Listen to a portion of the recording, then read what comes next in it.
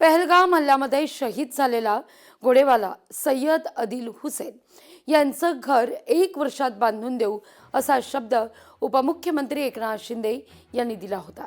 आज तो शब्द पूर्ण झालेला आहे। पहलगामच्या या अपनार या गावी आदिलचं घर होतं। ते घर सुस्थितीत नसल्याचं एकनाथ शिंदे यांना ज्यावेळी लक्षात आलं त्यावेळी घर बांधण्याच्या त्यांनी सूचना आपल्या कार्यकर्त्यांना दिल्या आणि त्यानंतर वर्षभरात हे घर पूर्ण आहे।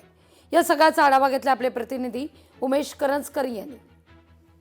बाजीरावजी अत्यंत आनंदाचा दिवस म्हणजे यासाठी मी म्हणू शकतो की आदिलला कुठे ना कुठे तो शब्द दिला होता तो पूर्ण झालेला। दुःखाचा दिवस तर त्यासोबत आहेच आपल्यासोबत, कारण 1 वर्षापूर्वी काय झालं होतं हे आपल्या सगळ्यांना माहिती आहे। मात्र त्यातल्या त्यात तो जो आदिल आहे त्या आदिलच्या कुटुंबियांना कुठेतरी दिलासा देण्याचा प्रयत्न नाही। आपण तुम्हाला तर माहिती की राजकारणामध्ये असं म्हणतात की जे नेते शब्द देतात ते शब्द पाळत नाहीत, पण आपले एकनाथ शिंदे साहेब असं एकमेव नेतृत्व आहे आणि एकमेव असे हिंदू नेता आहे की ज्यांनी शब्द दिला तो शब्द पाळा। आज तुमच्या समोर बघताय, आज आपण यांना घराचं अनावरण करतोय, तुम्ही घर बघताय, आपण हा बंगला त्यांना बांधून दिला आज घर मानण्यापेक्षा।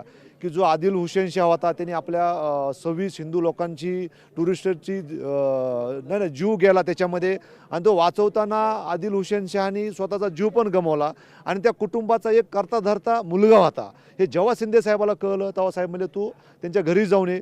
मी जेव्हा घर बघितलं, तुम्ही पाठीमागे घर बघताय, त्याला घर पण व्यवस्थित राहायला नव्हतं।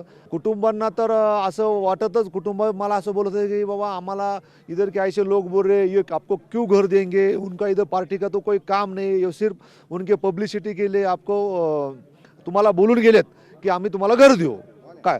पण आज जी मी परवाच्या दिवशी आलो त्यांच्या डोळ्यातून अश्रू येत होते की तुम्ही आज एवढं मोठं आम्हाला घर बांधून दिलं। आदिलच्या कुटुंबियांना दिलासा देणं हे सगळ्यात जास्त महत्त्वाचं होतं आणि तो दिलासा देण्याचा प्रयत्न शिवसेनेकडून कुठेतरी झालाय, उपमुख्यमंत्री एकनाथ शिंदे यांच्याकडून कुठून झालाय आणि त्या कुटुंबाचे डोळे पुसण्याचं काम जे आहे ते शिवसेनेने इथे केलेलं आहे।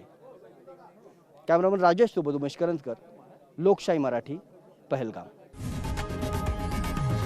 लोकशाही मराठी ऐका, पहा, जागरूक रहा।